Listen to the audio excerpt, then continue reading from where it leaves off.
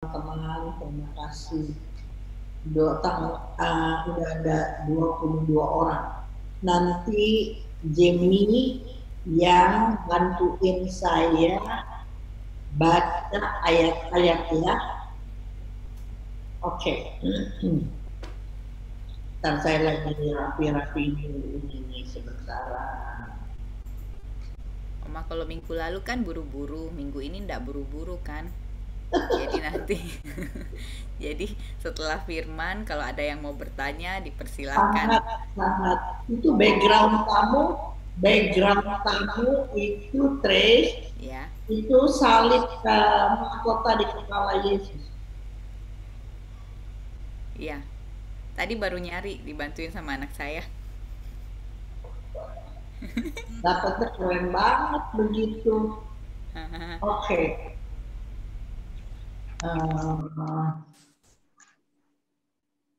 Halo. Ya, silahkan. Tadi suaranya hilang. Kemarin saya. Tapi suaranya kok kurang keras ya? Oh, tunggu. Nenek lupa. Suaranya kurang keras, stres.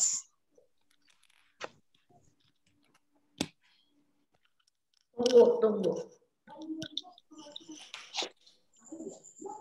Kalau begini jelas nggak? Iya. Jelas banget, Bu Jun. Jelas. Nah, iya ini. Soalnya tadi lupa pakai earphone-nya lupa. Oh. Nenek-nenek banyak lupanya. Kemarin pelajarannya adalah setelah di meja ini saya punya nggak bisa taruh di depan. Nanti kalau ada yang ngomong taruh di depan, ini potret saya nggak bisa ditaruh di depan ya. Tadi dulu. Ini maksudnya gimana, Bu Cun? Bentar dulu, aku lagi mau, tadi dulu ya. Kita lagi belajar juga ini. Nah, gambar saya kelihatan jelas nggak, Jem? Kelihatan, Bu Cun. Jelas sekali. Ya? Jelas. Ya, oke. Yuk. Kemarin pelajaran terakhir, ayat apa yang dikasih tentang Yesus tebus kita, harus dia minta mati menurut keputusan di meja litostrotos. Betul nggak? Iya. Karena dia mau mati secara sah, divonis sebagai orang berdosa, dan ketika iblis mau ambil nyawanya nggak bisa, karena ternyata dia orang benar. Disitulah iblis dikalahkan melalui kematian dan kebangkitannya. Ini di saya ya, ini suaranya double. Jadi salahnya di mana nih? Saya nggak enak nih. Saya dengernya suara saya double. Nah, udah enggak sekarang. Udah enggak. Kalau ya, sekarang gimana, Bu Cun? Enggak, sekarang udah enggak double. Kenapa tadi, Jem? Mungkin speakernya Tresia terbuka tadi. Udah ini enggak double sekarang. Ya, udah bagus. Nah, sekarang pertanyaan. Untung Yesus datang sambil belajar, sambil nggak usah nunggu terakhir, Trace. Siapa yang mau tanya, tanya langsung supaya jangan kelewatan. Kalau, ini saya bilang kalau Yesus tidak datang, kita orang berdosa. Satu hari kita mati. Tubuh jasmani debu kembali menjadi tanah. Nyawa kita pulang kemana?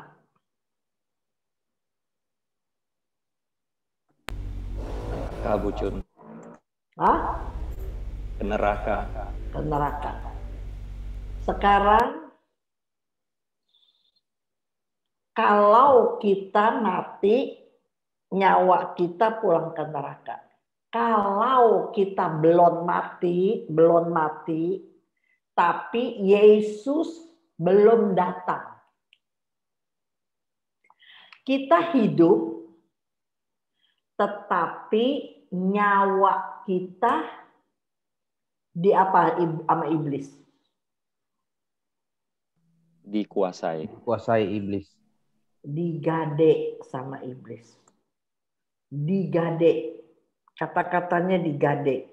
Makanya iblis di film The Passion, waktu Yesus panggul salib, kan si kepala gundul ikutin Yesus terus. Kenapa? Karena Yesus divonis sebagai penjahat. Kalau divonis sebagai penjahat, maka nyawanya milik iblis. Bisa makan nggak gitu? Jadi udah digade nih. Justru waktu Yesus mati mau diambil nyawanya nggak bisa. Karena Yesus orang benar. Saat itu iblis dikalahkan dengan apa? Semua orang berdosa dan kehilangan kemuliaan Allah. Roma 3:23. Waktu iblis dikalahkan, kemuliaan itu balik di tangan Yesus. Saya ulangi. Waktu Yesus mau mati divonis sebagai penjahat, seharusnya nyawanya milik iblis, ternyata dia orang benar, iblis dikalahkan, maka apa yang direbut oleh iblis, apa yang direbut? Kemuliaan Allah. Ingat itu. Makanya sekarang di perjanjian baru selalu pelajarannya. Berbuat baik untuk kemuliaan Allah. Kebaikan untuk kemuliaan Allah. Apapun yang kamu lakukan, lakukan bagi Allah. Semua begitu. Jadi itu terjadi sekarang kemuliaan itu ada di tangan Yesus. Matius 28 ayat 18. Coba baca. Matius 28 ayat 18. Yesus mendekati mereka dan berkata, "Kepadaku telah diberikan segala kuasa di surga dan di bumi." Iya, padahal tadinya dunia di bawah kuasa iblis kan, aku udah kasih 4 ayat, ingat nggak? Nah, sejak Yesus bangkit, maka sekarang Yesus lihat di Matius 28:18 adalah sekarang kuasa bumi dan surga ada di tangan saya. Coba saya cek, Jamie. Penguasa dunia sebenarnya siapa? Sebenarnya adalah Allah, tetapi sejak manusia jatuh ke dalam dosa, berpindah kepada iblis. Di mana ayatnya? Di Kejadian. Saya sudah pernah kasih. Iblis penguasa dunia. Ayo dari 20 orang lebih keluarin ayat itu, penting sekali supaya mengerti pelajaran hari ini. Iblis penguasa dunia. Udah pernah belum aku kasih itu? Ada 5 ayatnya, Oma. Ibu, Bucun. Coba apa? Efesus 2 ayat 2. Iya, terus? 1 Yohanes 5 ayat 19. Iya. Yohanes 12 ayat 31. Iya. Yohanes 14 ayat 30. Iya. Yohanes 16 ayat 11. Iya. Itu yang 3 kali yang Yohanes itu keluar dari mulut Yesus. Itu keluar dari mulut Yesus. Penguasa dunia akan dihukum. Penguasa dunia akan dilemparkan keluar. Itu keluar dari mulut Yesus. Jadi waktu Yesus hidup di dunia 2000 tahun yang lalu, Yesus tidak bilang saya penguasa dunia. Tapi dia bilang iblis penguasa dunia. Tetapi ketika dia bangkit, dia menang, maka keluarnya Matius 28:18. Sekarang kuasa bumi dan surga ada di tangan saya.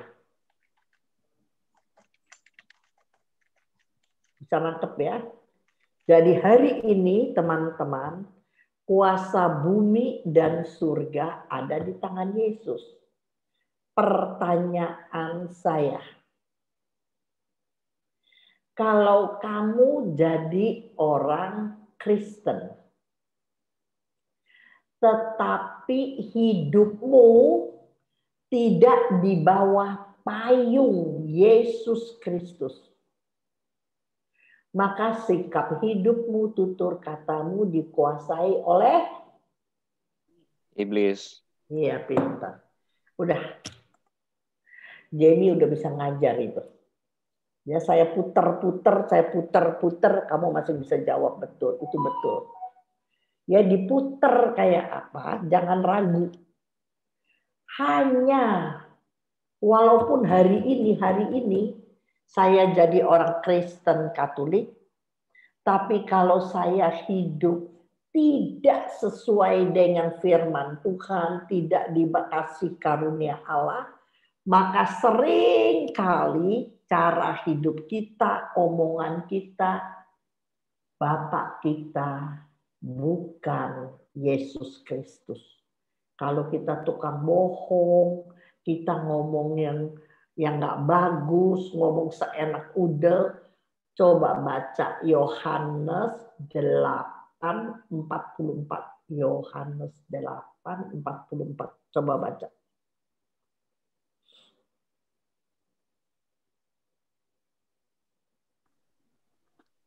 Iblislah yang menjadi bapamu, dan kamu ingin melakukan keinginan-keinginan bapamu. Stop dulu, bener nggak? Kalau kita mau puas-puasin hati, nggak mau kalah sama orang, mau menyenangkan diri di atas kesusahan orang, itu Bapak kita siapa? Bukan Yesus, Bapak kita. Walaupun di KTP, di paspor tertulis nama kita orang Kristen. Ulang sekali lagi, Jamie. Kalimatnya bagus itu. Iblislah yang menjadi bapamu, dan kamu ingin melakukan keinginan-keinginan bapamu. Terus? Ia adalah pembunuh manusia sejak semula dan tidak hidup dalam kebenaran, sebab di dalam dia tidak ada kebenaran. Apabila ia berkata dusta, ia berkata atas kehendaknya sendiri, sebab ia adalah pendusta dan bapa segala dusta. Amin. Teman-teman, ayat ini bagus sekali. Jangan bilang Bapakmu Tuhan Yesus, kalau dalam hidupmu kamu masih suka melakukan hal-hal yang Allah tidak berkenan. Saya ulang ya teman, sekarang ini lagi masa prapaskah, masa pertobatan. Kita mau memperbaiki diri, membersihkan diri, menguduskan diri di masa prapaskah ini. Ada banyak teman saya yang suka bakmi, pantang bakmi. Yang saben hari mesti makan nasi goreng, dia pantang nasi goreng. Tetapi di dalam kehidupan sehari-hari masih tetap tidak berubah, nggak pernah mau ngaku salah. Udah jelas-jelas dia salah, dibilangin, dia ngeloyor, tapi nggak ada kata maaf, nggak ada. Padahal dia tahu salah, tapi dia pantang.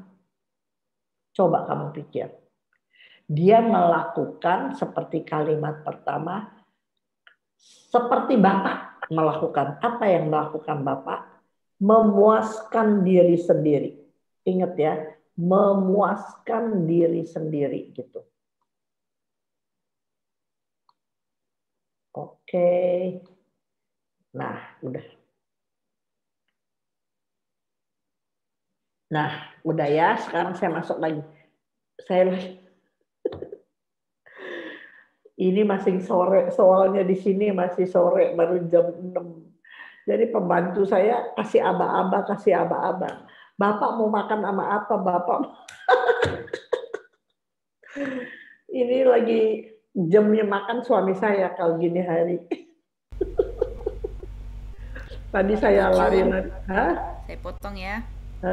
Tadi kan katanya langsung bertanya. Tadi Ibu bilang sekarang banyak, apalagi ibu-ibu atau kadang yang merasa senior, kadang selalu merasa saya lebih benar, kadang ditegur atau apa, malah yang disalahin kita.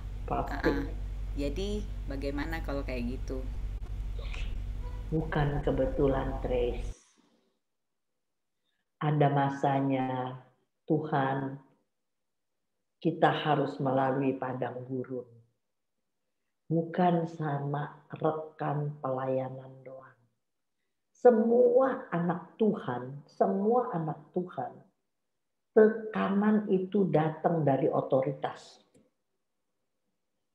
Saya ulang nih ya. Waktu kamu berhasil, waktu kamu berniat menjalankan kebenaran, pasti iblis nggak suka. Dan iblis pakai siapa? Teman pelayanan kita, otoritas kita, untuk cari salah kita. Itu udah biasa, Trace. Bagian kita kasih yang menjadi dasar. Jangan diladenin. Selama omongan dia tidak menghambat pelayanan kita, selama omongan dia tidak menyinggung kedagingan kita, paling kita harus apa? Sangkal diri, panggul salib. Lo udah tulis di kitab suci, setiap orang yang mengikut aku harus menyangkal diri, panggul salib setiap hari baru ikut aku. Di mana ayatnya, Trace? Itu perkataan Yesus. Setiap kita mau melakukan kebaikan, kebenaran terutama bukan kebaikan. Kalau kita mau melakukan kebenaran, pasti iblis nggak suka, pasti. Dan iblis pakai orang-orang sekitar kita dan seringkali otoritas kita untuk cari salah kita, untuk sok tahu dia. Tapi itu udah biasa. Kamu nggak boleh lawan, nggak boleh, Trace. Pelajaran saya yang paling tertanam di anak-anak adalah belajar diam, sabar, ngalah. Itu pelajaran saya puluhan tahun. Diam, sabar, ngalah. Nanti kebenaran akan terbuka sendiri. Tetapi waktu dia cari perkara sampai kebenaran itu dibuka, itu waktu, proses waktu yang kamu harus lalui. Yesus aja kata Matius 4 dipimpin Roh masuk ke padang gurun.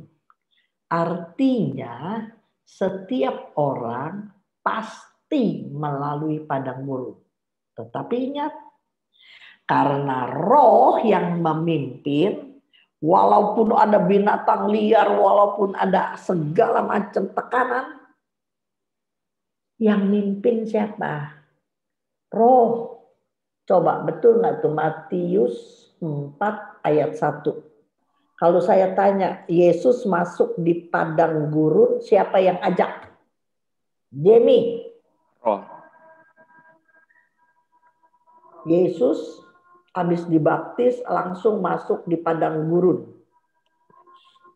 Siapa yang suruh, yang dorong Yesus ke padang gurun? Dipimpin oleh Roh.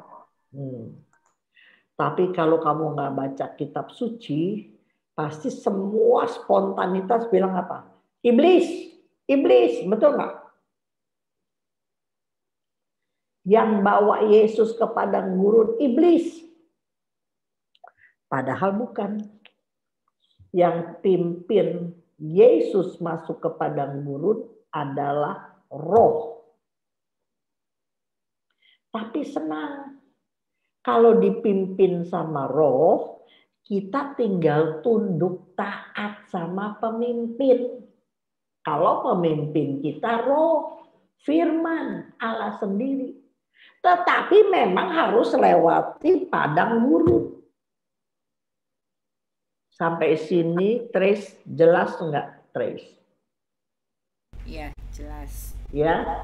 Jadi biasa ya, ikut Tuhan, makin dalam, Anda akan mengalami melewati padang gurun. Udah kita berkorban, udah kasih waktu, kasih tenaga, kasih skill, kasih duit, kita diinjak lagi harga diri kita. Tapi itu nggak apa-apa, biasa. Makanya kalau kita ada pastor yang galak, yang pastor gini-gini, dulu saya yang suruh maju. Saya yang disuruh bargaining tanggal, bargaining tema. Kenapa? Toh dia ngoceh macam-macam. Kalau saya mah nggak sakit hati. Udah biasa. Dia ngomong, iya pastor. Sama otoritas juga, iya bu, iya pak. Udah aja, turutin. Sampai nanti perkataan kita yang betul. Dia yang salah. Apa dia minta maaf? Nggak bakalan. Tapi kita juga nggak boleh. Tuh apa gue bilang? Coba lu turutin gue. Aduh jangan begitu. Mengalir aja. Nanti teman-teman yang bilang, iya bu, mestinya tadi kan kita ambil jalan yang Ibu Cun ngomong begini-begini. Aku diem. Sepatah aku nggak sautin. Itu sebabnya pelayanan saya bisa bertahan 30-40 tahun. Banyak orang, saya berani berkata banyak orang. Lehting saya, apa tuh lehting? Angkatan saya. Sekarang nggak lebih, tinggal 10 orang nggak ada. Serius. Kalau dia nggak meninggal, dia udah stroke, dia nggak bisa keluar, dia pindah rumah, yang udah gaptek, yang angkatan saya. Ada berbagai alasan. Nggak eksis lagi sampai hari ini. Kenapa? Karena itu pengorbanan yang kelima yang susah. Ayo Jamie, pertama apa? Saya udah pernah kasih. Ayo cepetan. Waktu. Terus? Tenaga. Terus? Skill. Terus? Uang. Terus? Harga diri. Iya. Yang paling susah harga diri. Keren. Jamie udah bisa jadi wakil saya di Makassar.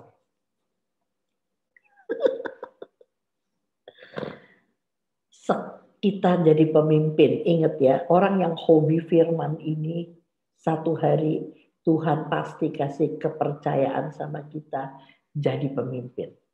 Saya ulang lagi. Kalau kalian hobi firman, kalian satu hari pasti jadi pemimpin. Tetapi pelajaran saya adalah, ingat nggak? Waktu kenapa? Coba balik catatan saya minggu kemarin. Kenapa mereka benci Yesus? Ingat nggak? Sebab salah satunya, coba ulang lagi, Trace. Kenapa ahli Taurat, kaum Farisi benci sama Yesus? Kenapa? Satu, gara-gara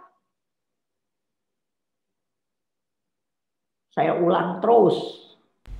Karena Yesus menyamakan dirinya dengan Allah. Itu yang kedua. Yang pertama apa? Dia selalu pelayanan pada hari Sabat. Jadi dia tidak jaga hari Sabat. Padahal ada ayatnya ini yang saya udah kasih kamu. Ini ayat bagus sekali nih. Nih, coba baca. Ntar dulu ya.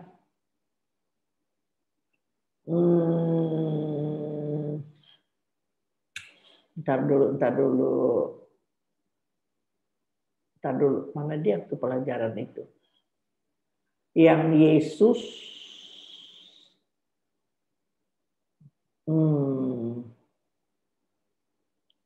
Nah, Lukas 13 ayat 15. Nah, ini dia. Lukas 13 ayat 15. Ada nggak di catatan kamu, Ray? Coba ibu-ibu yang lain. Ada nggak?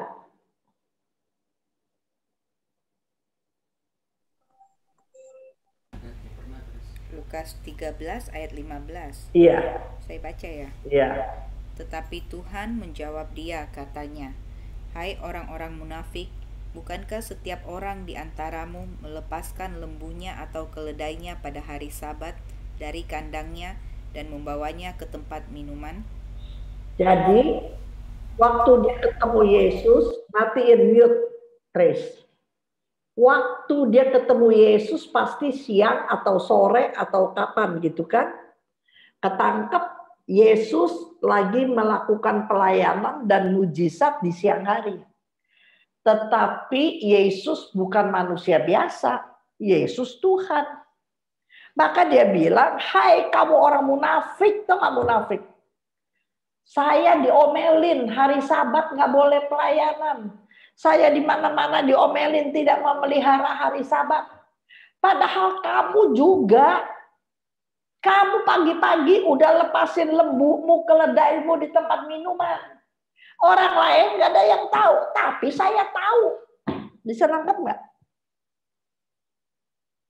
Itu namanya orang munafik. Pinter cari salah orang. Pinter sekali makiin orang. Tapi dia sendiri tidak melakukan apa yang dia perintahkan kepada orang. Ini yang tadi saya mau omong. Kita sebagai pemimpin, apalagi kita mau jadi pengajar. Saya berjuang sampai hari ini.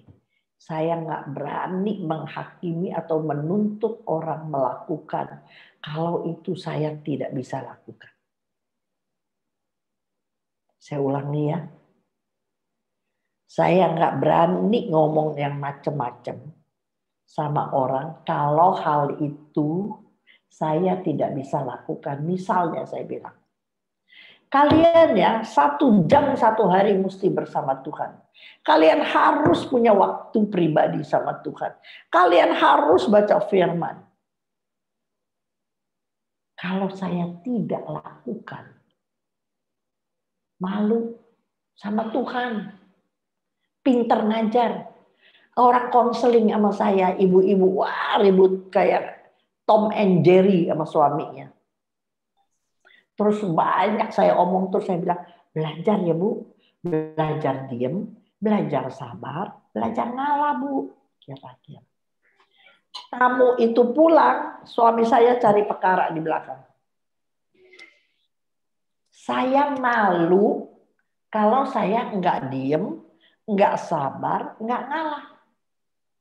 Itu sering berpuluhan tahun. Jangan kita pinter ngajar, tapi kita tidak lakukan. Kenapa ini? Berisik, bocor. Kenapa, Trace? Sudah, Oma, saya mute. Ada yang begitu nggak, Jamie? Ada, Bu. Tapi itu nggak gampang. Itu berjuang mengalahkan diri sendiri. Ya, berjuang tidak menghakimi orang, tidak menuntut, itu berjuang. Nggak gampang, nggak. Kekuatan itu bukan datang dari langit. Kekuatan itu datang dari proses waktu dengan pertolongan Tuhan. Nggak bisa instan, ya. Oke, kita terusin pelajaran kita. Nah, tadi saya bilang kalau, oi, ada yang bocor, ada yang teriak. Nah, kan kita udah tahu nih, Yesus itu tebus nyawa kita oleh darahnya, ya kan? Saya ulang ya. Kan nyawa kita yang harusnya milik iblis. Yesus korbankan darahnya sebab di dalam darah ada nyawa. Di mana ayatnya itu, Trace?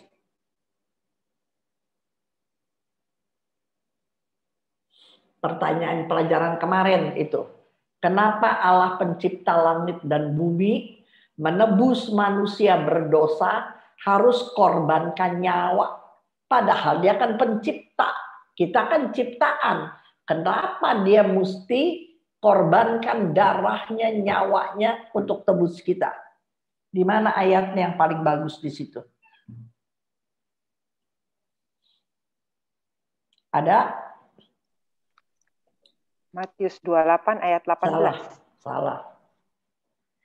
Imamat 17 ayat 11. Ada nggak kemarin?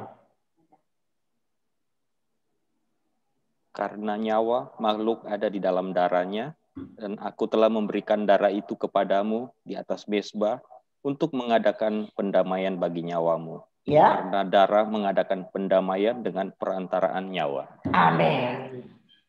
Udah kasih kan Jen aku kemarin? Sudah, Bu. Sudah pasti. Kamu mesti belajar itu. Sedikit orang yang mengerti pelajaran ini, saya bilangin. Dan saya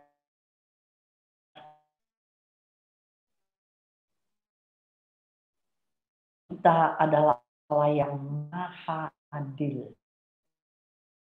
Dan sekali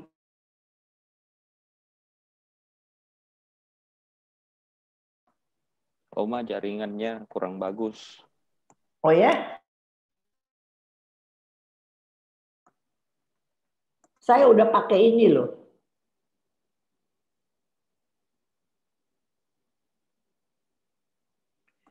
Saya udah pakai ini, modem. Ya, sekarang sudah bagus. Iya, udah. Oke. Jadi ingat ya teman-teman, kenapa Yesus mesti mati? Karena dia Allah yang adil. Tadi di pembukaan saya udah bilang, kalau kita berdosa, kita ini nyawa kita digade sama iblis. Untung Yesus datang. Kan yang mau ditebus nyawa, ingat ya, yang mau ditebus adalah nyawa kita. Supaya satu hari kita mati, kita bisa pulang ke rumah Bapa. Tapi kalau kita berdosa, kita pulang ke neraka. Allah yang adil, dia tebus nyawa kita dengan nyawa dia. Luar biasa nggak itu? Dia harus korbankan nyawa dia. Dan nyawa itu ada di dalam darah. Makanya dia kasih semua darahnya.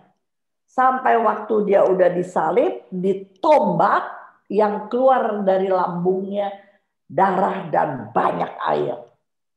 Darahnya habis dipakai untuk tebus nyawa kita.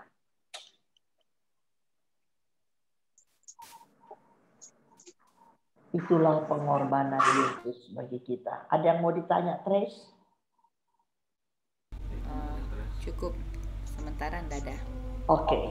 Jadi kita sekarang mari kita baca Jamie Roma 8 ayat 12 sampai 14. Apa yang harus kita lakukan sebagai umat yang ditebus dosa kita oleh darahnya? Mari kita baca Roma 8 ayat 12 sampai 14. Jadi, saudara-saudara, kita adalah orang berhutang, tetapi bukan kepada daging, supaya hidup menurut daging. Sebab jika kamu hidup menurut daging, kamu akan mati. Tetapi jika oleh roh kamu mematikan perbuatan-perbuatan tubuhmu, kamu akan hidup.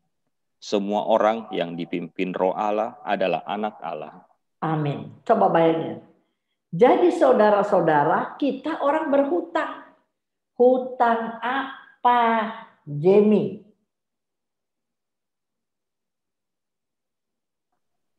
Jamie, kita utang apa sama siapa? Utang nyawa kepada Allah.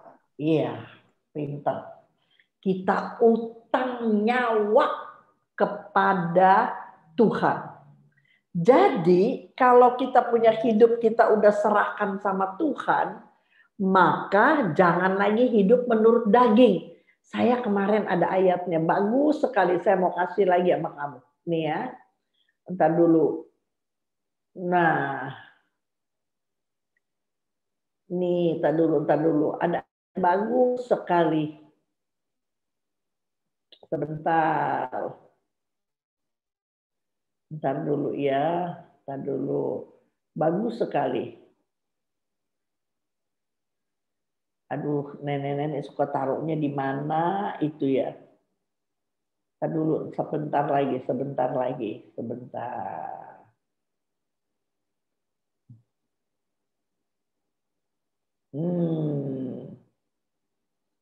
Aduh, nggak tahu deh. Pokoknya sekarang kita udah melepaskan gitu. Bentar dulu.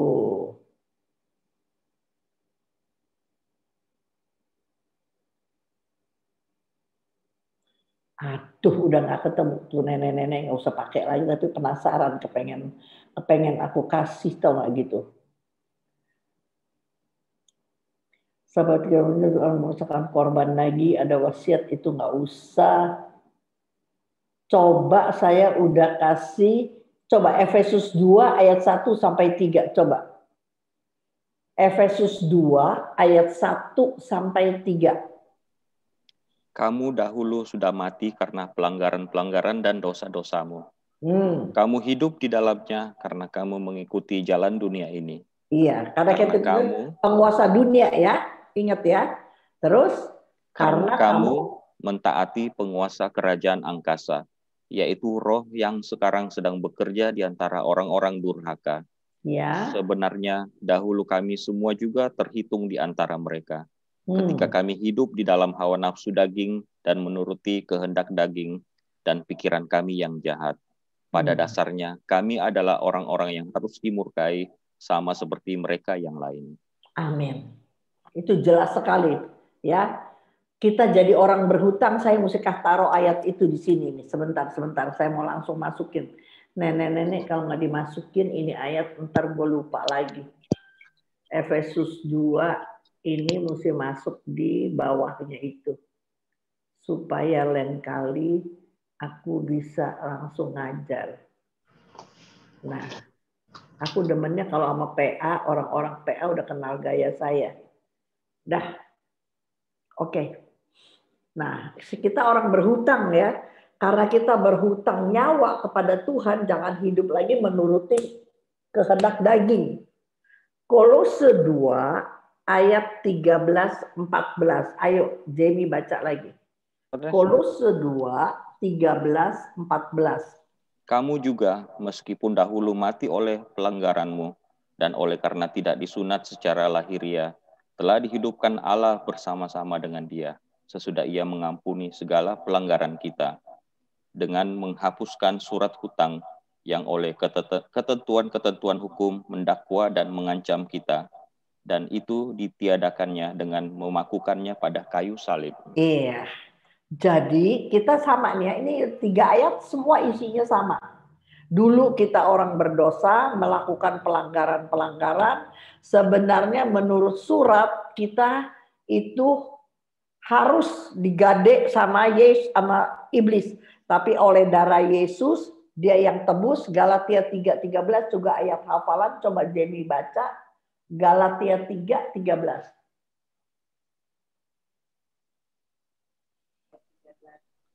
Kristus telah menebus kita dari kutuk hukum Taurat dengan jalan menjadi kutuk karena kita.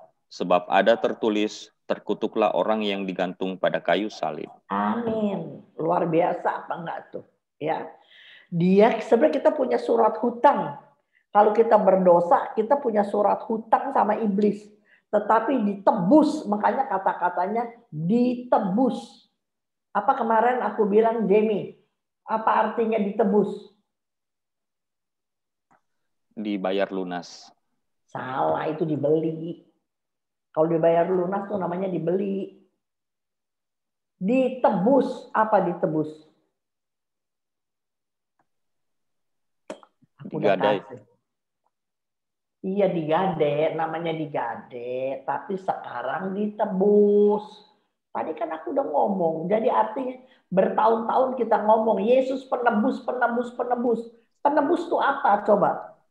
dibayar kembali. Kembali. Pinter itu. Siapa yang ngomong itu? Saya, Bu Silvi Mariani. Ini keliwatan Jamie nggak nyatet. Dibayar kembali. Nyawa kita digade. Kita punya surat hutang sama iblis. Jadi kalau kita mati, nyawa kita mirip iblis. Yesus datang, tebus nyawa dengan nyawa. Jadi kita nggak usah bayar lagi nyawa kita sama iblis. Sebab Yesus udah tanggung segala dosa kita, segala kutuk kita di kayu salib. Bisa rangkep ya? Makanya keluar tuh ayat Roma 8 ayat 1 dan 2. Coba baca lagi. Saya udah kasih ini. Roma 8 ayat 1 dan 2, betul. Demikianlah sekarang tidak ada penghukuman bagi mereka yang ada dalam Kristus Yesus. Amin.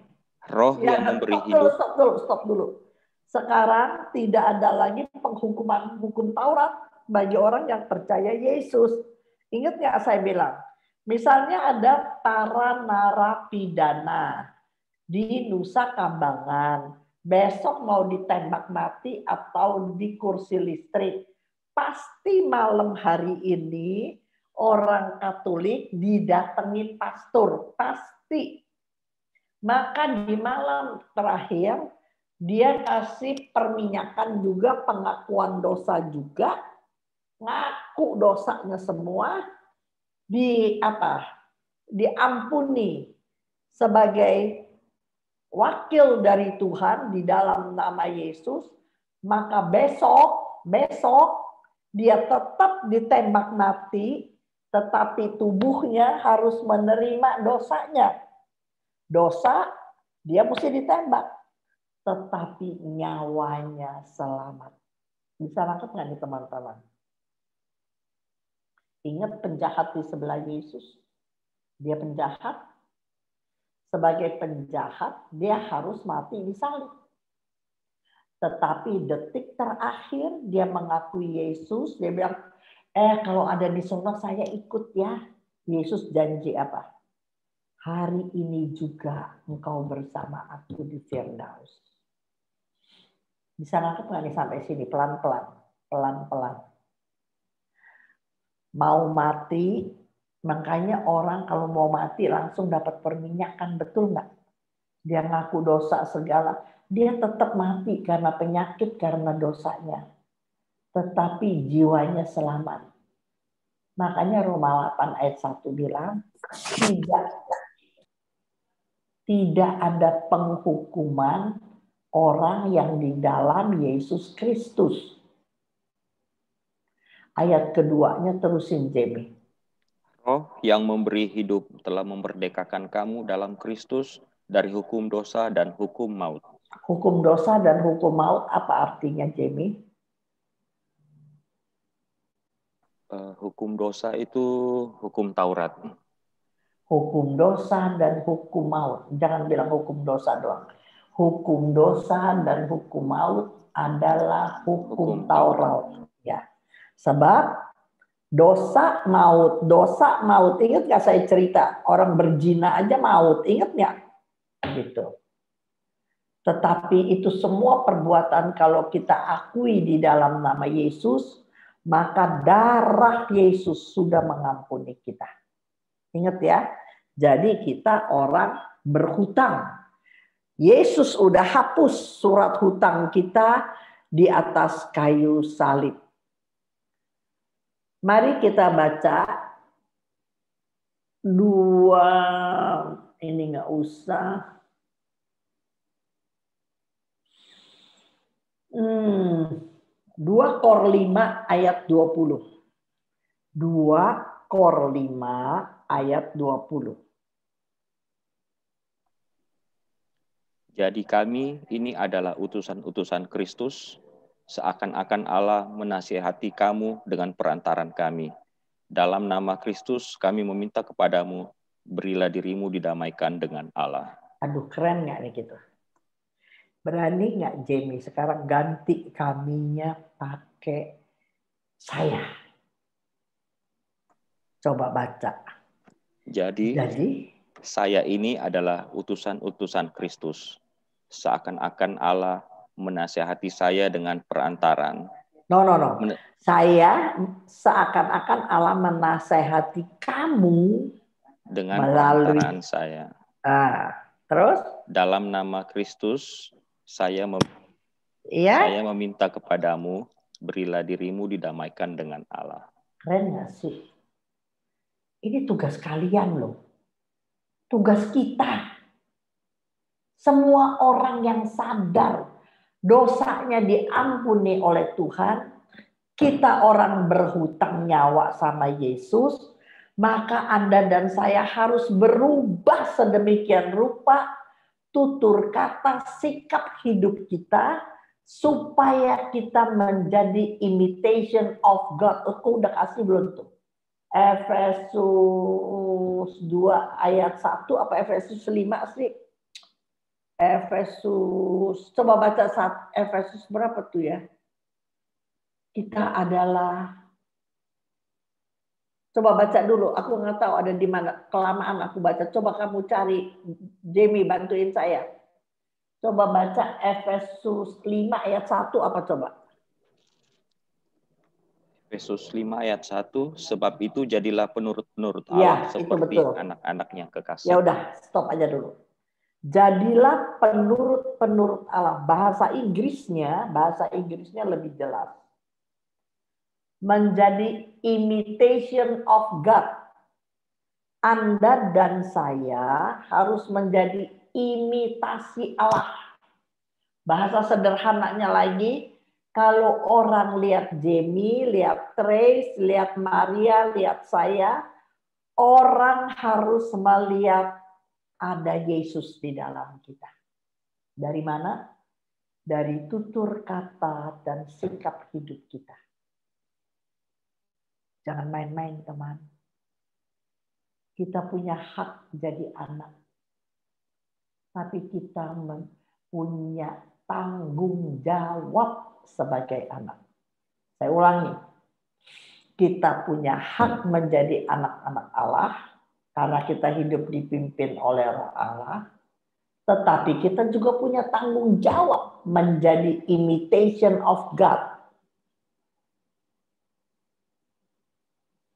Kalau udah mengerti begini kan jadi nggak gampang jadi orang Katolik. Kalau kamu mengerti. Oke. Dan kalau kita mengerti pelajaran ini, kita adalah utusan-utusan Kristus. Efesus 2 ayat 19. Efesus 2 ayat 19. Silakan baca. Demikianlah kamu bukan lagi orang asing dan pendatang, melainkan kawanan sewarga dari orang-orang kudus dan anggota-anggota keluarga Allah. Kita ini orang berhutang. Kita ini utusan-utusan Allah dan sadar di dunia ini kita ini cuman orang asing dan pendatang. Kita ini kawan sewarga orang kudus dan anggota keluarga Allah. Jadi kita hidup di dunia ini cuma sebentar. Hanya sebentar, teman. Kita harus sadar itu. Kita cuma orang asing. Bayangin orang asing di Bali. Satu hari kan dia mesti pulang. Kita cuma pendatang. Karena warga negara kita bukan di dunia. Catat ya. Warga negara kita adalah kerajaan Allah. Luar biasa nggak tuh? Ya, yang Tuhan ajarin sama kita. 1 Petrus 2 ayat 11. 1 Petrus 2 ayat 11. Saudara-saudaraku yang kekasih, aku menasihati kamu supaya sebagai pendatang dan perantau, kamu menjauhkan diri dari keinginan-keinginan daging yang berjuang melawan jiwa. Iya. Jiwa apa, Trace? Tubuh kita terdiri dari tubuh, roh, Jiwa, pelajaran dasar. Jiwa itu apa? Akal budi ya, tubuh. Tubuh. Coba lihat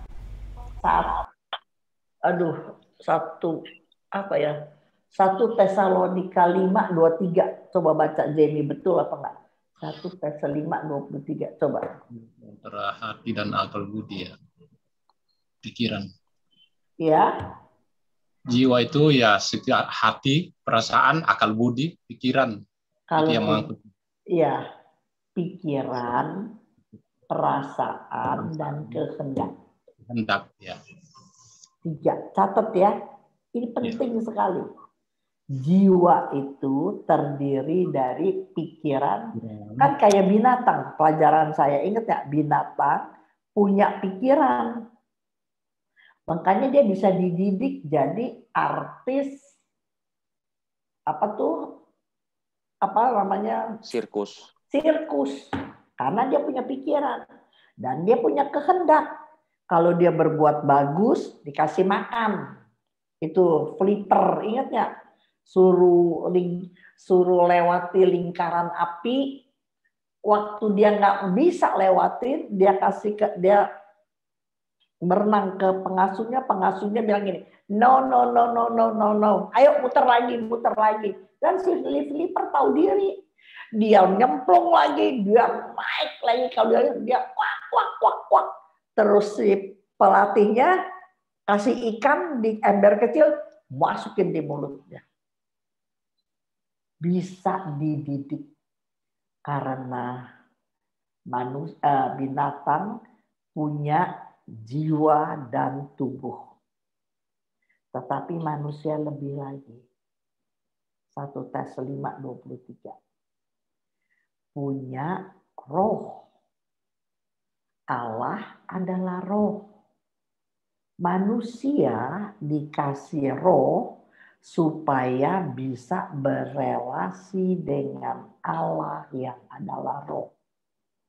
Maka ketika rohnya mati, sebagai manusia berdosa, rohnya mati, maka manusia hidup seperti binatang. Ingat nggak pelajaran saya?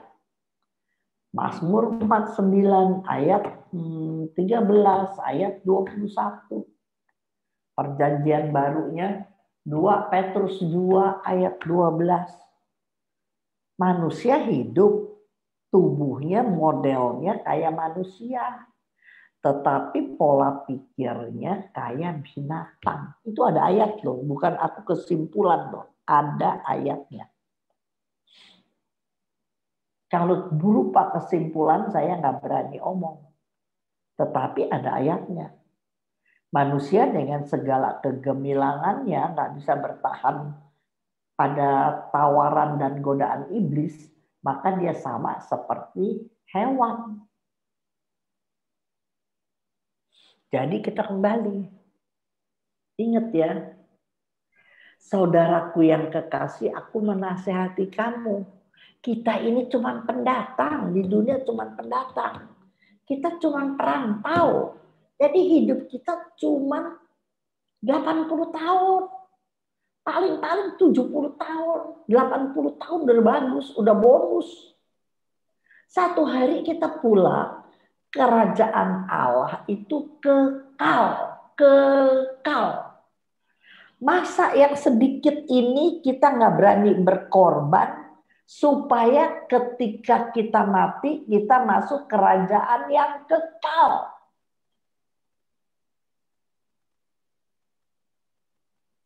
Di sini cuma berapa lama? Kita ini cuma orang asing, kita ini pendatang, kita ini perantau. Coba baca lagi 1 Petrus 1 ayat 17.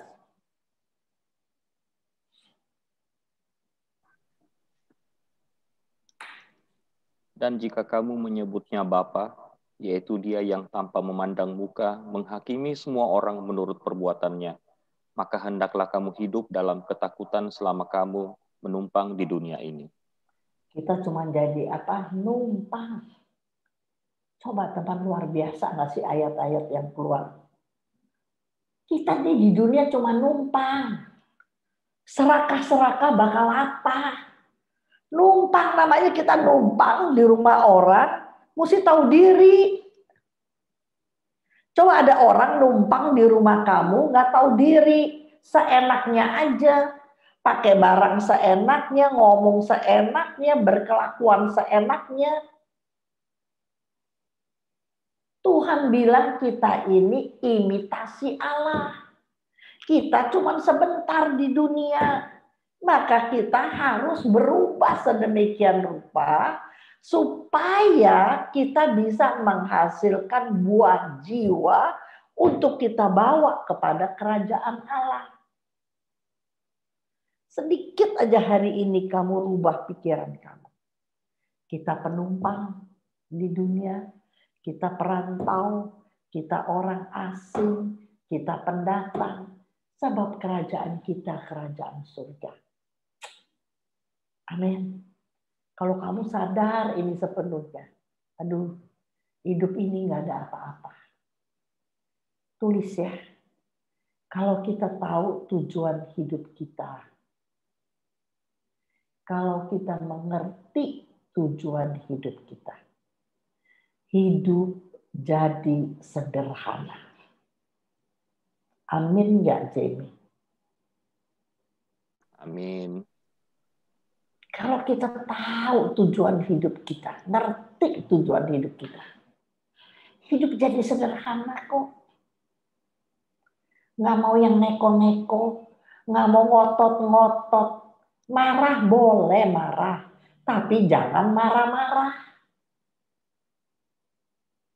Kalau emosi kita disinggung, ya kita marah. Tapi sedetik, 2 detik, semenit, 2 menit. Tapi kalau marah-marah, nanti ditumpangin iblis.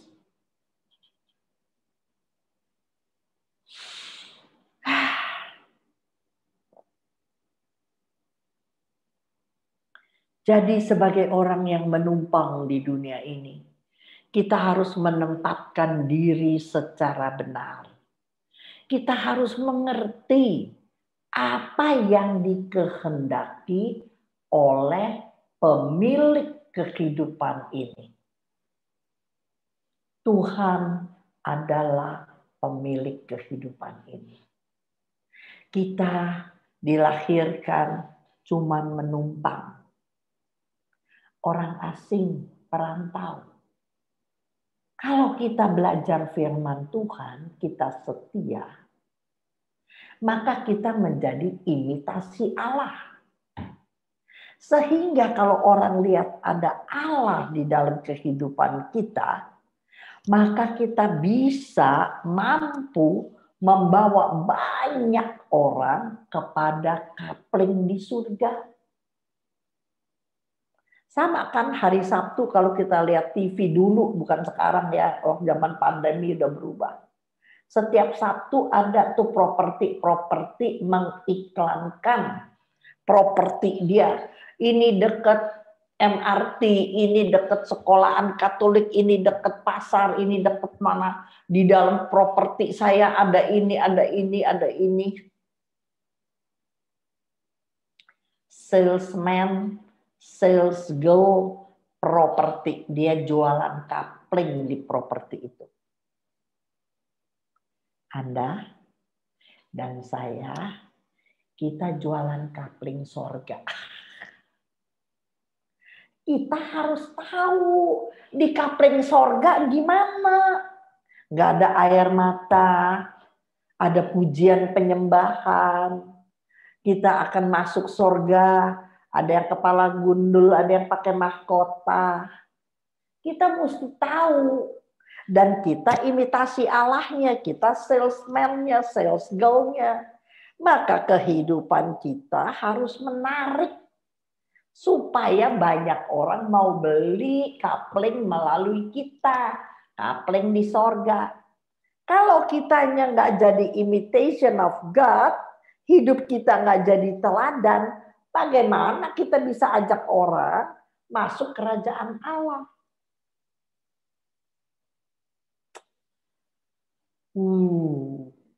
Ibrani 2 ayat 3 dan 4. Ibrani 2 ayat 3 dan 4. Ayat berapa, Bu? Ibrani 2, 3 dan 4. Bagaimana kita akan luput jikalau kita menyanyiakan keselamatan yang sebesar itu, yang mula-mula diberitakan oleh Tuhan dan oleh mereka yang telah mendengarnya kepada kita dengan cara yang dapat dipercayai. Sedangkan Allah meneguhkan kesaksian mereka oleh tanda-tanda dan mujizat-mujizat dan oleh berbagai-bagai pernyataan kekuasaan dan karunia Roh Kudus yang dibagi-bagikannya menurut kehendaknya. Iya. Setiap dari kita ada 40 orang. Ya, saya lihat kalau nggak salah kita ada 40 orang. Kenapa kalian mau belajar firman? Pasti salah satu, Anda sudah mengalami kebaikan Tuhan. Amin. Anda sudah mengalami mujizat Tuhan. Yang seharusnya nggak mungkin. Tetapi ternyata saya alami. Itulah yang katanya di sini berkata, cara-cara yang dapat dipercaya meneguhkan kesaksian kita oleh tanda dan mujizat. Macam-macam. Ada yang sakit disembuhkan, ada yang nggak punya anak jadi bisa punya anak. Anak saya divonis 12 tahun, sekarang udah 48 tahun. Nggak bisa ngomong, sekarang dia cerewet. Yang tadinya nggak mungkin bisa disekolahin, sekarang bisa fakultas selesai. Kalau diingat saya dari masa muda, saya orang terlalu susah. Tapi kalau hari ini saya bisa punya rumah gedung, saya punya mobil, itu mujizat semua bukan? Mujizat. Itu kebaikan Tuhan. Jangan sia-siakan keselamatan. Anda dan saya harus bersaksi. Harus ingat ya. Saya ingat sekali waktu zaman saya dulu, masih awal-awal PD di rumah saya, 15 tahun PD Thomas. Kalau saya ajarin mereka begini loh, kayak mami-mami ngomongin anak. Ayo siapa yang mau bersaksi? Saya mesti kasih waktu 3 orang, 5 orang mesti. Kalau enggak, semua orang mau bersaksi. Bagaimana Tuhan bekerja dalam hari lepas hari. Sampai saya suka ngoceh gini. Mau dengar firman apa mau kesaksian doang? Iya dah. Mami tentuin aja berapa orang. Saya bilang 5 orang. Udah, Mi 1 lagi Mi. Mi 1 lagi Mi. Dan saya senang. Kenapa? Anak-anak yang saya pimpin menikmati karya Tuhan hari lepas hari dalam kehidupan mereka. Saya bimbing, saya ajarin, berusaha support mereka supaya mereka mengalami Tuhan itu baik. Amin. Itu yang Anda harus lakukan sebagaimana saya lakukan puluhan tahun. Mari kita sama-sama ubah hidup kita. Berubahlah. Kata Roma 12 ayat 2. Jangan seperti dunia ini. Kita mesti berubah seperti yang Tuhan inginkan. Amin. Ingat ya. Kalau kamu nggak mau berubah sekarang, kapan? Bila mana? Nunggu kapan kamu mau berubah? Ingat, kita cuma numpang di sini, orang asing. Begitu bos bilang, pulang lo, pulang. Kita pulang, diapain juga nggak bisa ditahan. Aduh, jangan sekarang bos, jangan sekarang pulang. Nggak bisa. Kalau bos bilang pulang, kita mesti pulang. Waktu kita sempit. Makanya ada lagu bilang, hidup ini adalah kesempatan. Selagi ada kesempatan, mari kita jadi imitation of God.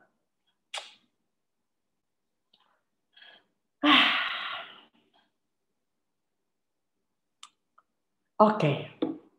Sampai sini jelas? Jelas. Ya. Tuhan membuat banyak mujizat bagi umatnya supaya kita bersaksi untuk membawa banyak orang kepadanya. Nah, ini ayat yang penting. Apa yang Anda dan saya harus saksikan? Apa yang Anda dan saya harus saksikan?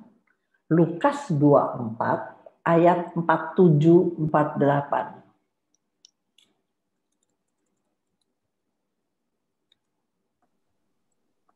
Dan lagi, dalam namanya, berita tentang pertobatan dan pengampunan dosa harus disampaikan kepada segala bangsa.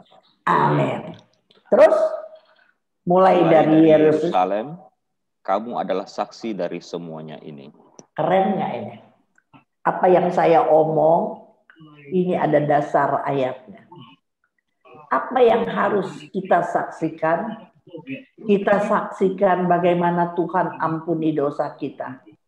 Bagaimana Tuhan ubahkan hidup kita.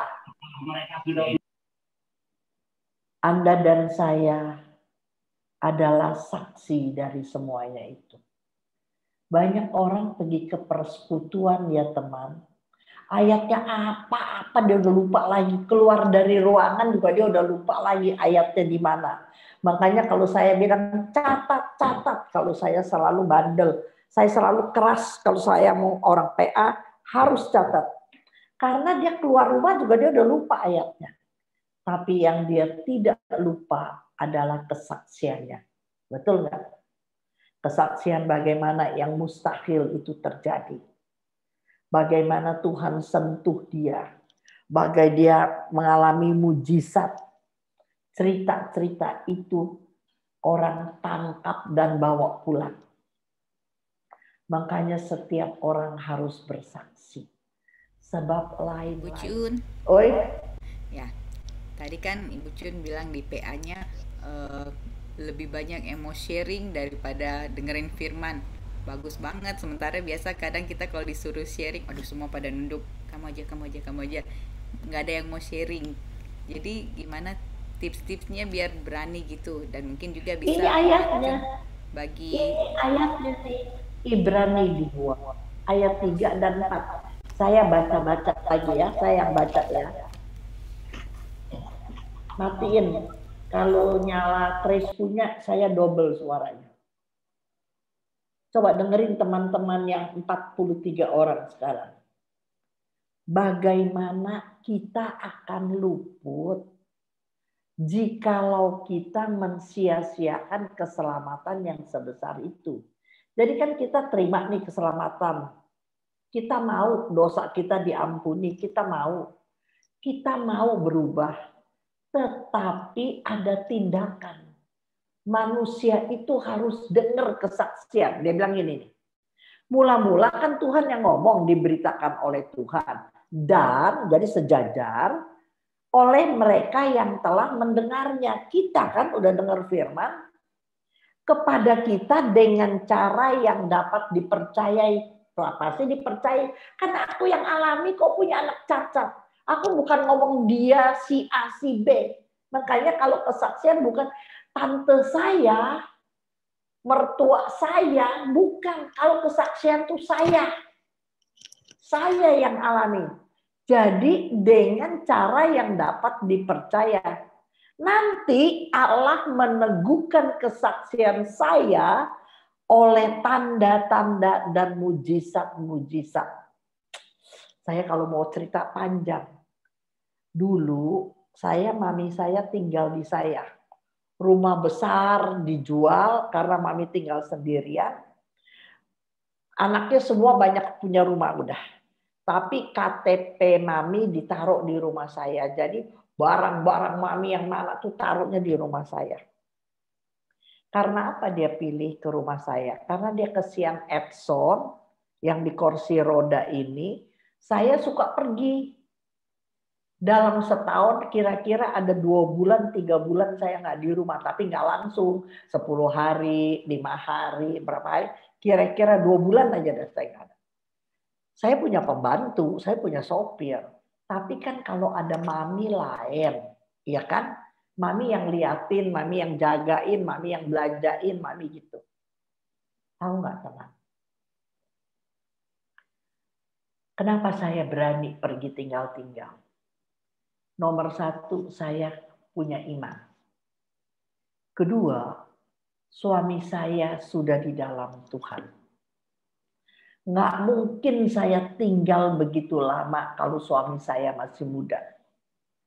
Suami saya udah di dalam Tuhan.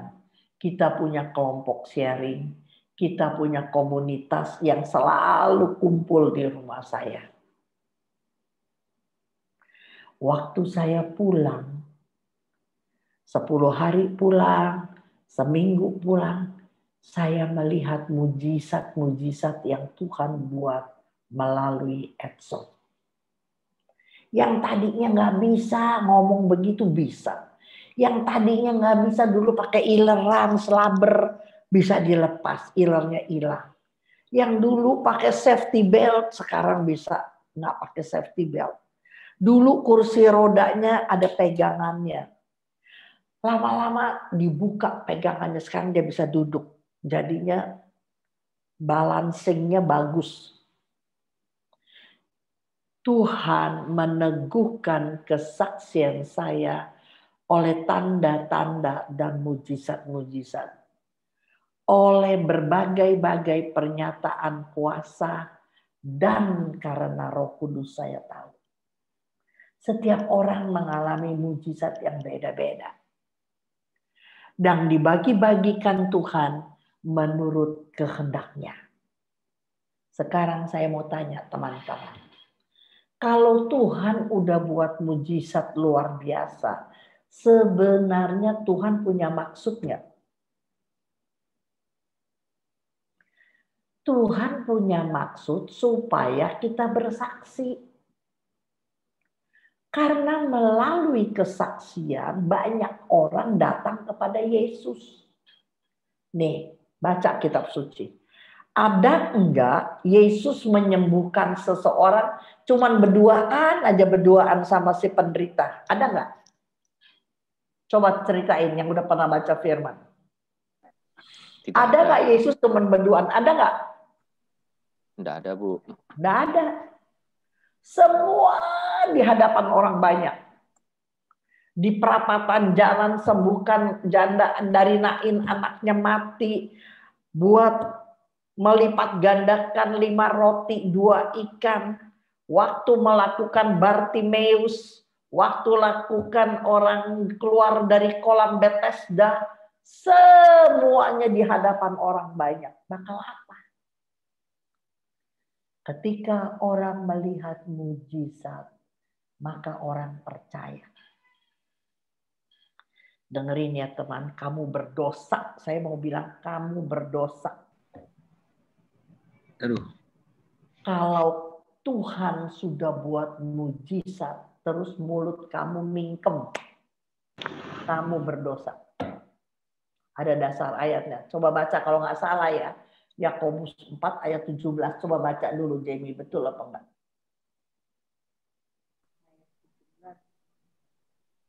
Jadi jika seorang tahu bagaimana ia harus berbuat baik, tetapi ia tidak melakukannya, ia berdosa. Amin.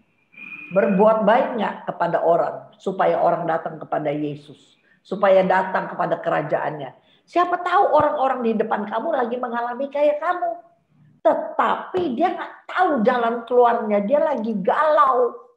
Terus kayak tadi aku cerita, aku udah bosen cerita tentang Edson.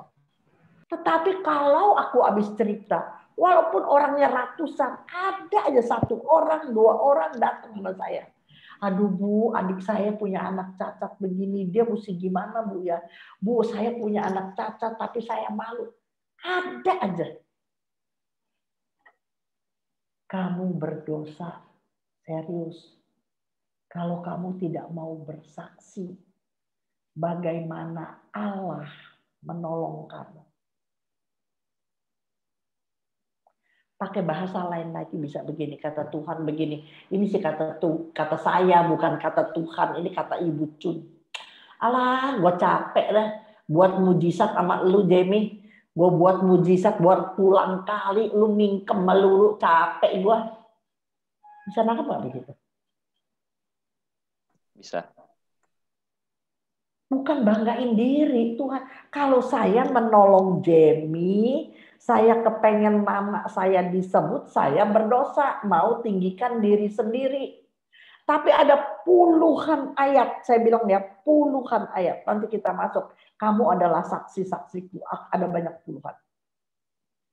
Tuhan buat kebaikan melalui kita supaya banyak orang datang beli kapling di sorga. Tapi kalau salesman, sales girl-nya diem melulu, nggak mau jualan, siapa yang mau jualan kapling di sorga? Siapa? Makanya gereja di Eropa itu kosong. Kan saya udah cerita, di Belanda ada 50 gereja dijual. Dan 4 gereja dijadikan masjid. Karena apa? Karena orang nggak ngerti kebenaran. Nggak ada yang berani bersaksi bahwa Allah itu ajaib. Allah itu bisa melakukan hal yang mustahil. Nggak ada yang berani bersaksi. Karena kenapa nggak berani? Nggak ngerti pengajaran. Dengar mulut saya kalau kamu nggak percaya. Kalau kamu lihat ada orang bersaksi, lain minggu dia lagi, nanti Tuhan kasih dia terus mujizat, terus mujizat. Karena dia jadi speakernya Allah. Kalau kamu nggak mau bersaksi, kamu nggak mau ya dipakai Allah, nggak mau. Kan kata kamu bawa firman nggak bisa, doa kagak pinter, nyanyi kagak bisa, pegang instrumen kagak bisa. Tapi kalau mulut kamu bersaksi bisa apa nggak? Gitu aja. Nggak perlu apa-apa, cuman bersaksi bagaimana Tuhan buat mujizat dalam hidupmu. Dan itu akan diingat orang.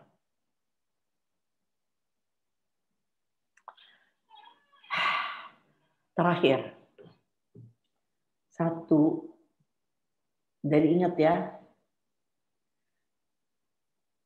apa yang harus kita saksikan? Pertobatan dan pengampunan dosa. Saya lewatin, ini saya lewatin. Yakobus 4 ayat 4. Coba. Yakobus 4 ayat 4. Hai kamu orang-orang yang tidak setia, tidakkah kamu tahu bahwa persahabatan dengan dunia adalah permusuhan dengan Allah? Jadi barang siapa hendak menjadi sahabat dunia ini, ia menjadikan dirinya musuh Allah. Coba teman, kalau kamu di KTP, di paspor, dibilang kamu orang Kristen Katolik. Jelas sekali. Tetapi kamu masih membuat persahabatan dengan dunia. Tahu nggak persahabatan dengan dunia? Masih suka maki orang, nggak bisa kuasai diri, emosinya masih berkobar-kobar, sensitif, nggak bisa dikalahin orang. Mentang-mentang itu orang bawahan kamu, pasangan hidup kamu yang bisa kamu makiin, yang kamu bisa omelin, itu anak mantu kamu yang bisa kamu otoriter. Hidup cara dunia, maka kamu menjadikan dirimu musuh Allah. Kalau suruh doa, semalam-malaman dulu kita suka, kita suruh doa pagi, saya punya doa pagi jam 6. Ngantuk cun, ngantuk, nggak kuat. Tetapi kalau disuruh main golf, jam 5 udah berangkat, setengah 5 udah berangkat dari rumah. Bisa. Suruh mancing, bisa. Tapi suruh hal-hal Tuhan, ngantuk, capek, gue capek habis kerja. Tapi kalau untuk hal-hal dunia, bisa aja bisa. Itu namanya menjadi sahabat dunia ini. Kalau itu terus dia lakukan, maka ia menjadikan dirinya musuh Allah. 1 Yohanes 2, coba baca lagi. 1 Yohanes 2, 14, 15.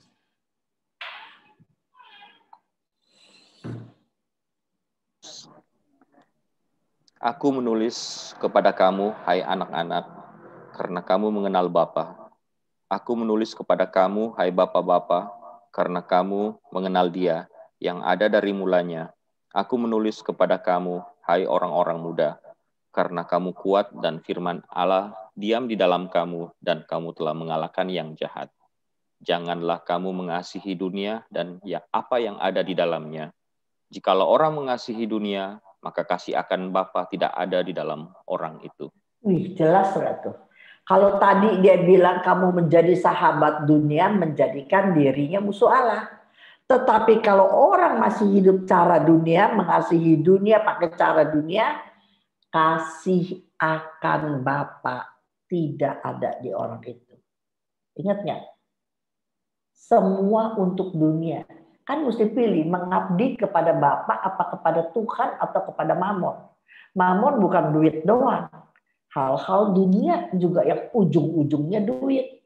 Tetapi kalau kamu masih terus hidup untuk dunia, maka kasih akan Bapa tidak ada di orang itu. Lu mau ngomong apa kek?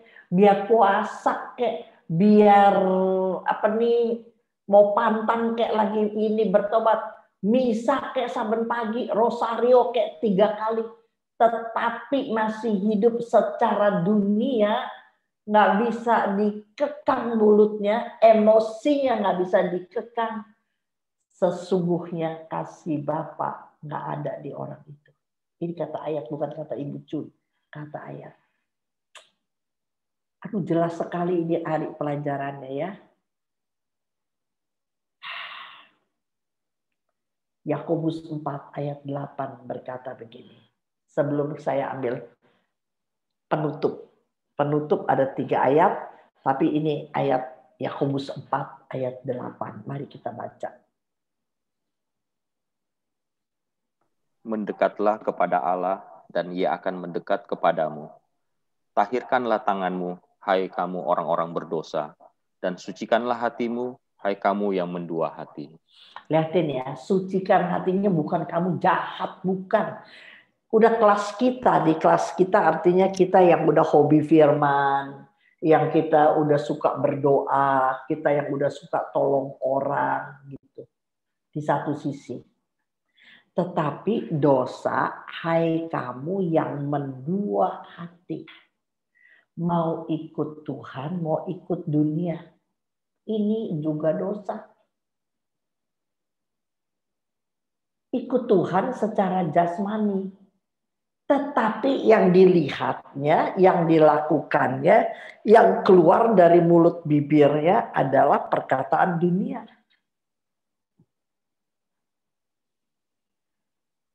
Bertobatlah, tahirkanlah tanganmu. Tangan kita dipakai untuk memberkati, menolong, menguatkan, mengangkat, menepuk, menghibur, bukan untuk dorong orang sampai jatuh. Tangan kita bukan untuk pukul orang, tapi tangan kita untuk memberkati orang. Amin. Penutup, saya kasih penutup sekarang. Ada 3 ayat yang saya mau kasih penutup. 1 Kor 6 ayat 20. 1 Kor 6 ayat 20. Sebab kamu telah dibeli dan harganya telah lunas dibayar. Karena itu muliakanlah Allah dengan tubuhmu. Amin nggak Jamie?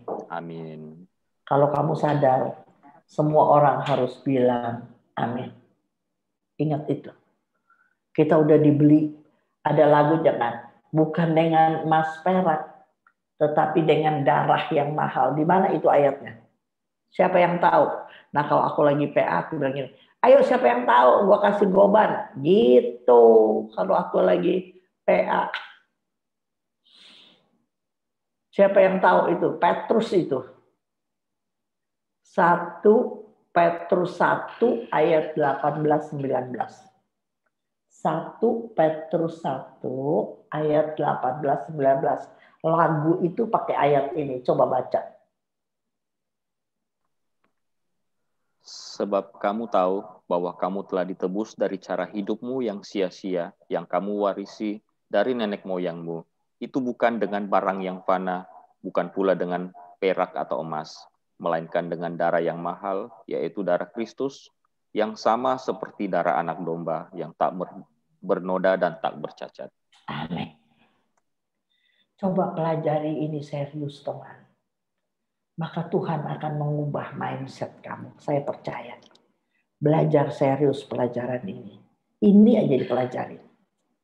Sedikit orang yang mengerti rahasia begini. Dan saya sangat percaya. Kalau kamu mengerti, lakukanlah. 2 ayat terakhir. 2 Kor 5 ayat 15. 2 Kor 5 ayat 15.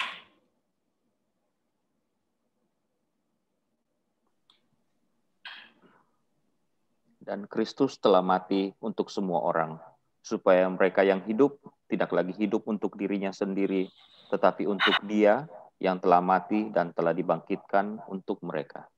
Coba saya mau 3 orang baca. Ayo Jamie baca awali. Baca ganti.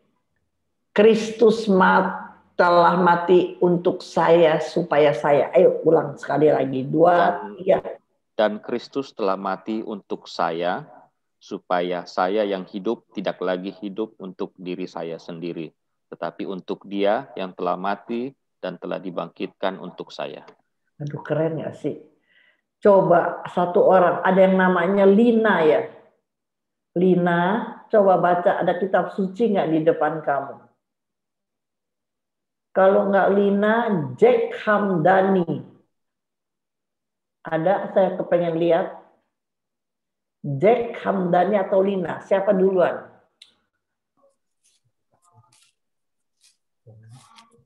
Host keluarin boleh, host keluarin mukanya host. Saya kepengen lihat. Ini ada Cing Jakarta. Siapa nih si Cing? Ong Jakarta. Ini pada, nah kagak enaknya kalau begini ya, apa tau enggak? Aku nggak bisa lihat orang, dia lagi masak, dia lagi rapi-rapi cuci piring, apa dia lagi di depan TV, di depan HP, saya nggak bisa lihat. Ya Bu Jun. Siapa itu? Lina. Lina. Coba keluarin potretnya Lina. 2 Korintus 5 ayat 15. Iya. Oke. Dan Kristus telah mati untuk semua orang, supaya mereka yang... No, bukan semua orang. Saya, ganti saya. Dan Kristus telah mati untuk saya, supaya saya yang hidup tidak lagi hidup untuk diri saya sendiri, tetapi untuk Dia yang telah mati dan telah dibangkitkan untuk saya. Terima kasih. Coba saya minta Ong Jakarta. Bacanya pakai hati ya. Baca pakai hati, bukan asal keluar dari mulut. Coba silahkan Ong Jakarta. Dan Kristus telah mati untuk saya, supaya saya yang hidup tidak lagi hidup untuk saya sendiri, tetapi untuk Dia yang telah mati dan telah dibangkitkan untuk saya. Jack Hamdani, dianya ganti Yesus Kristus. Jack Hamdani bisa baca? Jack Hamdani bisa baca?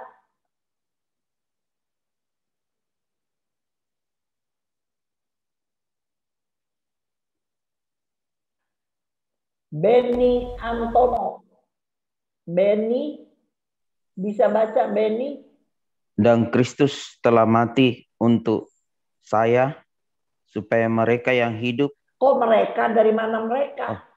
Dan Kristus telah mati untuk saya, supaya saya yang hidup tidak lagi hidup untuk diri saya sendiri, tetapi untuk Yesus yang telah mati dan telah dibangkitkan untuk saya. Iya, keren begitu. Ya, Freddy Antono. Boleh baca sekali lagi?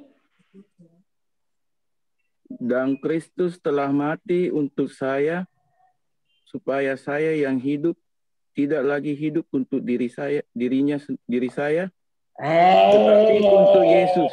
Dari awal lagi, Freddy, dari awal.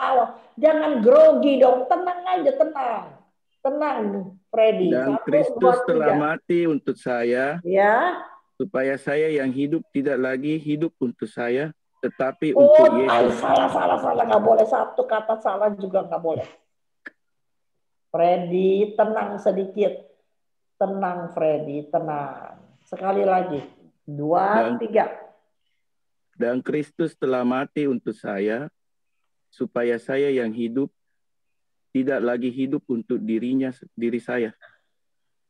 Diri saya sendiri. Coba pakai intonasi yang tepat. Coba yang bagus. Freddy lagi tidur ya? Rambutnya acak-acakan lagi tidur, kaget kali ya. Dan Kristus telah mati untuk saya, supaya sorry.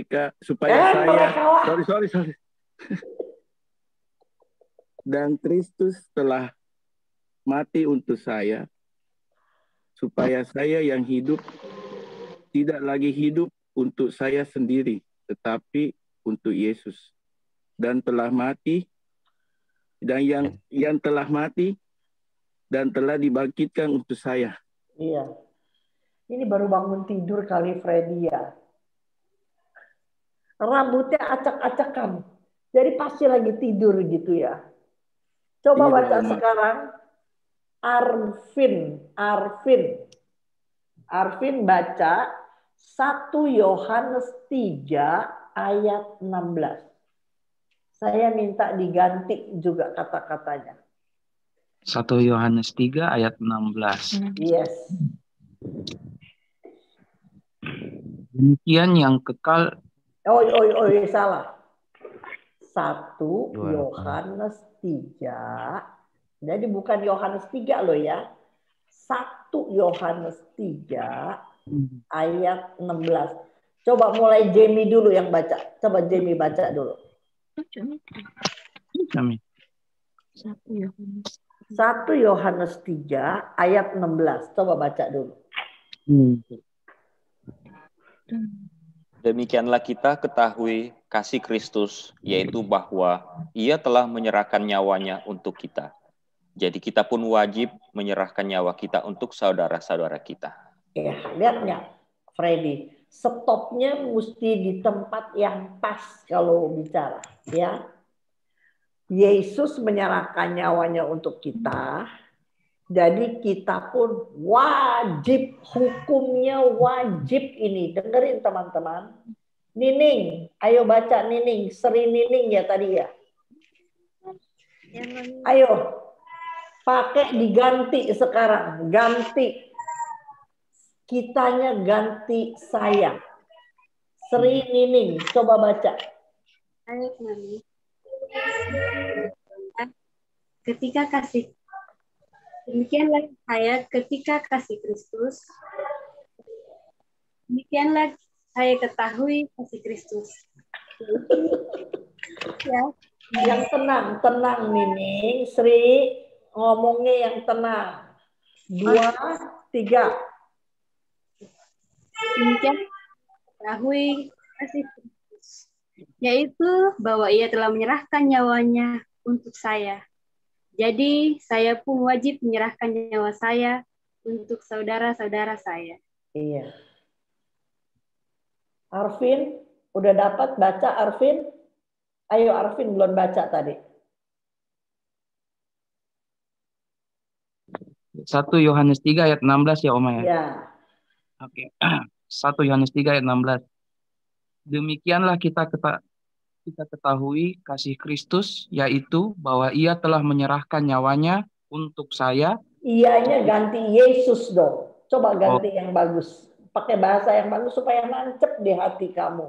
Ulang pelan-pelan. 2, 3. Demikianlah kita ketahui kasih Kristus, yaitu bahwa Yesus telah menyerahkan nyawanya untuk saya, jadi saya pun wajib menyerahkan nyawa saya untuk saudara-saudara saya. Iya, coba toh. Nggak usah menyerahkan nyawa. Itu panggilan jadi martir. Tapi yang Anda bisa adalah menyediakan waktu, tenaga, kepintaran, kemampuan kamu. Apa yang kamu bisa bantu bagi saudara-saudara kita. Jangan yang tinggi-tinggi. Nggak usah sampai menyerahkan nyawa. Kalau ada orang minta tolong, berkeluh kesah, kamu bisa dan kamu punya. Catat ya. Ketika orang berkeluh kesah, kamu bisa dan kamu punya. Bisa nggak kamu? Nggak usah sampai menyerahkan nyawa. Mau nggak kita ulurkan tangan kita dengan apa yang kita bisa dan kita punya? Maka Anda sudah menjadi imitation of God. Amin. Nggak usah orang ngemis-ngemis, nggak usah.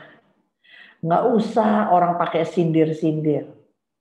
Tetapi begitu kamu lihat orang lagi butuh dianterin, butuh obat, butuh kerjasama kita, butuh kehadiran kita, butuh apa ya yang kita punya dan kita bisa. Lakukanlah. Maka Anda sudah menjadi anggota tubuh Kristus. Amin. Oke, tinggal seperempat jam lagi. Siapa yang mau tanya? 2 jam loh aku nenek-nenek ngomong 2 jam. Tanya Bu Chun. Iya. Noviana. Iya Bu Chun. Iya. Potretnya mana Noviana? Potret ya. Nggak usah kalau kamu nggak siap nggak apa-apa. Ayo kamu mau tanya apa?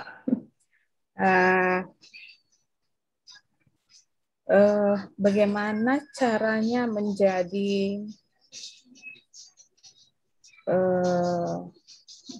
salesman, sales girl untuk coupling itu ya? Coupling, ya.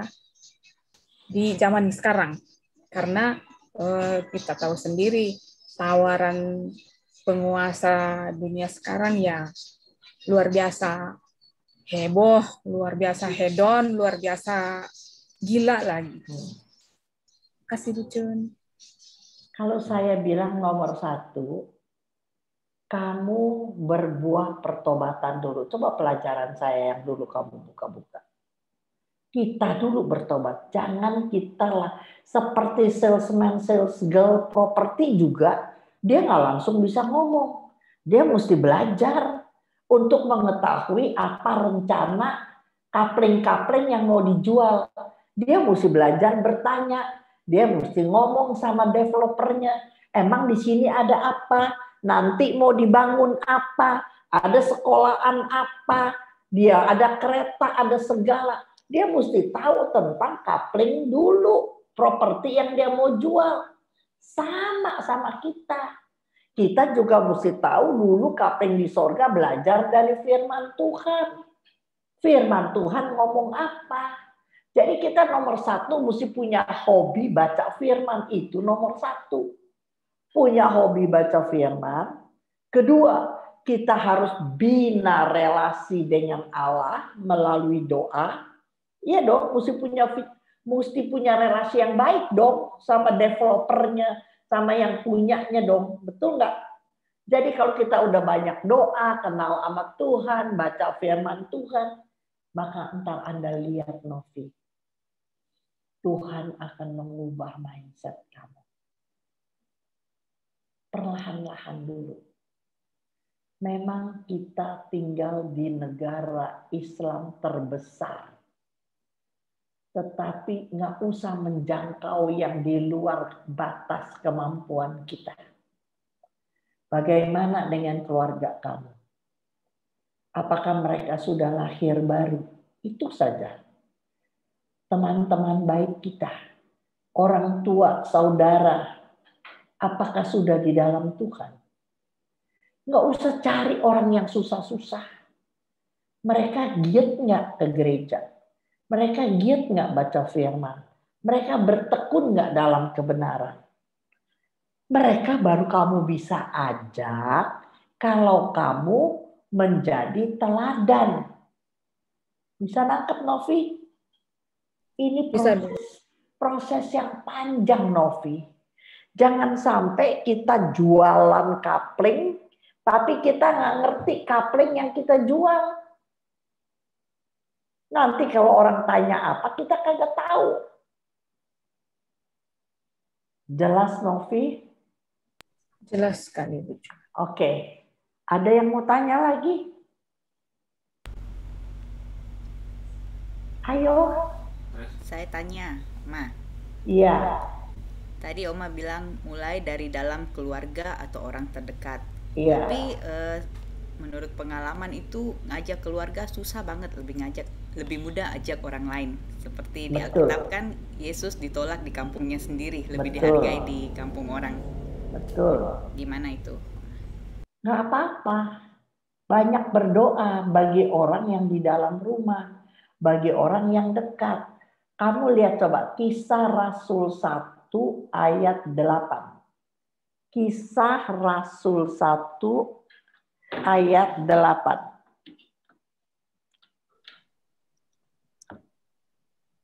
Tetapi kamu akan menerima kuasa kalau Roh Kudus turun ke atas kamu, dan kamu akan menjadi saksiku di Yerusalem dan di seluruh Yudea dan Samaria dan sampai ke ujung bumi. Lihatin Jamie. Dia bilang begini. Kamu akan menjadi saksiku di Yerusalem, rumah tangga paling dekat, di seluruh Yudea, keluarga besar, dan Samaria, di lingkungan, di gereja, dan sampai ke ujung bumi. Lihatin saya, kata sambungnya adalah dan. Trace, dan. Bukan kamu harus jadi saksi di Yerusalem, baru ke seluruh Yudea. Kalau Yudea udah, baru ke Samaria. Kalau udah Samaria, baru ke ujung bumi. No. Harus ada pertobatan dulu. Harus ada pertobatan, itu dari pihak kita. Tetapi pelayanannya dan. Lihat nggak? Dan. Bareng-bareng. Saya pelayanan ke daerah, tapi saya harus jadi pelayanan di rumah juga. Bagian kita melayani, Trace. Dia bertobat atau nggak bertobat bukan urusan kita. Semakin kita mengasihi dia, Santa Monica berdoa 20 tahun untuk Santo Agustinus. Kamu baca cerita tentang Agustinus. Semua kenakalan lelaki sudah dibuat.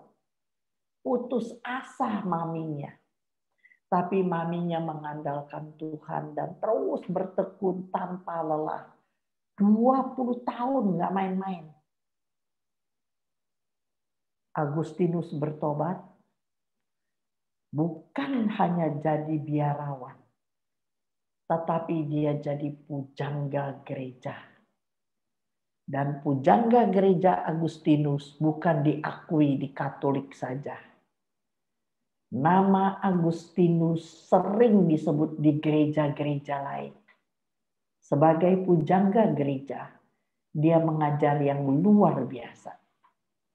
Dia bukan hanya bertobat jadi orang baik, tetapi kuasa doa seorang ibu yang sangat mengasihi anaknya mengubah menjadi orang benar. Dan namanya tercatat sampai hari ini. Anda lihat, itu adalah kuasa doa. Ketika kamu berjalan dalam lembah kekelaman, Kamu nggak tahu lagi apa yang harus kamu buat. Ada satu yang kamu bisa buat. Duduk diam. Cari hadirat Allah. Bertekun di dalam doa. Anda akan lihat bagaimana Tuhan buka jalan yang mustahil akan Dia berikan. Amin.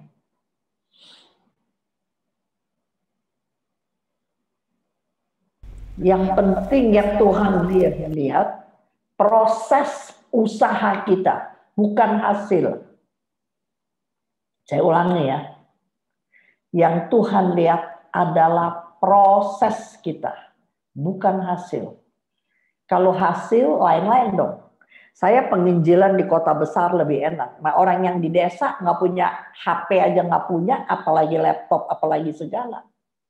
Setiap orang dengan keunikan dan keterbatasannya yang Tuhan lihat adalah proses usaha dia untuk taat kepada firman Tuhan. Ada pertanyaan lain lagi? Satu orang lagi masih bisa 5 menit.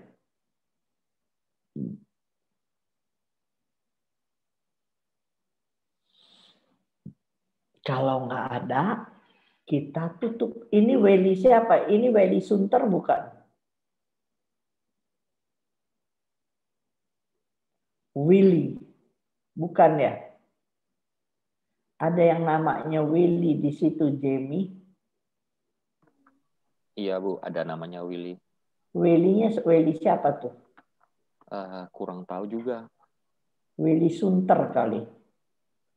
Oke. Kalau nggak ada, kita tutup boleh atau ada pertanyaan lain? Gimana, Trace? Saya cukup, Oma. Jelas nggak, Yang Trace? lain jelas. Oke.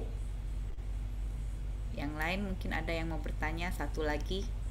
Silahkan sebelum kita tutup, doa oleh Ko Beni, doa penutup. Silahkan yang mau nanya.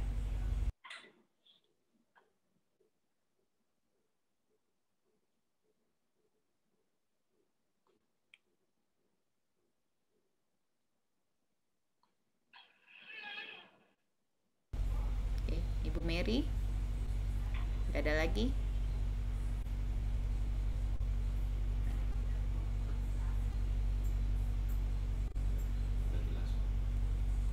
Oke, baik.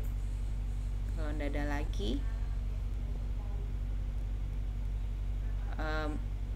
Oma mungkin bisa dari yang Oma sudah paparkan, ditarik satu kesimpulan apa yang harus kita lakukan untuk boleh membalas kasih Tuhan. Anda dan saya harus berubah. Itu dengan semua ayat yang saya kasih sepanjang sore ini, kita harus berubah. Kita harus bertobat. Sebab kita ini orang berhutang. Hidup kita kalau nggak ada Yesus, kita nggak akan masuk pintu surga. Jadi Anda dan saya harus berubah. Mutlak berubah. Bukan tawaran. Bukan tawaran. Anda dan saya harus berubah. Menjadi imitation of God. Itu aja. Berubah sampai apa? Sampai menjadi imitasi Allah. Ya, dan proses perubahan itu pasti tidak mudah, pasti akan sepanjang hidup kita, Trace. Ya. Oke. Oke, terima kasih. Mungkin suara saya agak kresek ya? Iya, di situ berisik. Maria Sri Rahayu ini orang Jakarta bukan? Saya punya anak nih, Sri Rahayu. Bukan ya? Ya, orang baru. Oh, orang baru. Baru ikut Bu Cun. Ayo. Kalau tadi Willy, siapa itu Willy? Kenal dia. Maria Sri Rahayu, siapa coba keluarin mukanya bisa? Saya, ada Bu. orangnya Maria Sri Rahayu. Ya, saya Bu Cut. Oh, lain. Saya, Bu. Lain. Willy. Saya Willy. Oh, Willy itu Jang Sunter. Oke. Kamu dapat dari siapa ini? Dari klub, dari WA Group Santo Petrus. Dari mana? WA Group Santo Petrus. Santo Petrus tuh yang mana, Will? Ada tuh banyak banyak info-info acara. Aso. Oke. Ya udah. Bocan, Vanpo tadi saya lagi buka ini, Vanpo bilang, ini ibu yang kemarin datang ya Pak ya. Dia kenalin. Amin, amin. Oke. Sekarang siapa yang mau tutup dalam doa, Trace? Ya, silakan. Ya, mari kita